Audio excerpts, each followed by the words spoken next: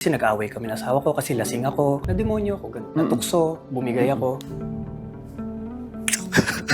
Inamin ng aktor na si Nico Natividad na siya ang lalaki sa kumakalat na leak video scandal. Pero labis-labis daw ang pagsisisi ng aktor na nagpadala siya sa tukso na magkipagtalik si iba habang masaya siyang pinagsisilbihan ng asawa niyang si Shelo May Eusebio. Sa panayam niya sa YouTube vlog ni OG Diaz, inamin ni Nico na isa siya sa mga male celebrity na tampok sa leak private videos. Ayon sa aktor, sa pagkakatanda niya, sa pagitan ng taong 2023 at 2024 nangyaring insidenteng pakikipagtalik niya sa isang babae. Pahayag niya, nag-away sila ng kanyang asawa nung nangyari ang malaswang video at lasing umano siya. Aminado naman ang aktor na mali ang kanyang ginawa, na demonyo siya at bumigay. Base sa pagkakakwento ni Nico, tila batid niyang binibidyuhan ang pagtatalik nila ng babaeng kasama niya sa video scandal dahil noon pa raw ay may kutob na siyang lalabas at lalabas ito. Lalo na noong nalaman daw ni Nico noong 2025 na ibinibenta na sabing video scandal sa Telegram.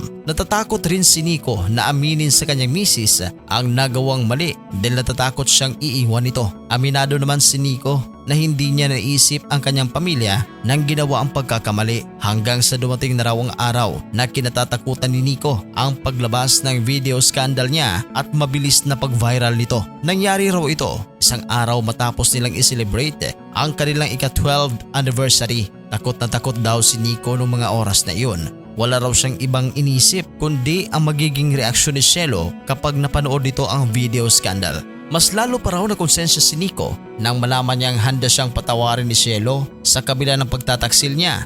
Nakikita raw kasi ni Nico na unti-unti nang naapektuhan ang mental health ng kanyang misis. May mga pagkakataon daw na sa sobrang sakit ng kalooban ng asawa dahil sa ginawa ni Nico, iniisip na raw nitong tapusin ang sarili niyang buhay. Mas lalo raw na bagabag ang kalooban ni Nico nang nalaman na rin ng kanyang panganay na anak ang ginawa niyang kasalanan. Pero pagkatapos sa masinsinang pag-uusap, nagdesisyon daw sina Nico at Shelo na hindi maghiwalay para na rin sa kapakanan ng dalawa nilang anak. Ipinagpapasalamat daw ng aktor ang pagbibigay ni Shelo sa kanya ng pagkakataong bumawi at itama ang kanyang mga pagkakamali. Sa ngayon, wala raw ibang hangad si Nico kundi gamutin ang sugat sa puso ni Shelo. Nagsusumamo rin si Nico sa mga patuloy na bumabati sa kanya na huwag nang idamay pa si Shelo at ang kanyang pamilya. Handa naman raw siyang pagbayaran ang nagawa niyang kasalanan ng mag-isa. At sa huli, sinabi ni Nico na wala siyang planong sampahan ng reklamo ang nagpagkalat ng kanyang video scandal. Buong puso raw niyang tinatanggap na ang pagkalat nito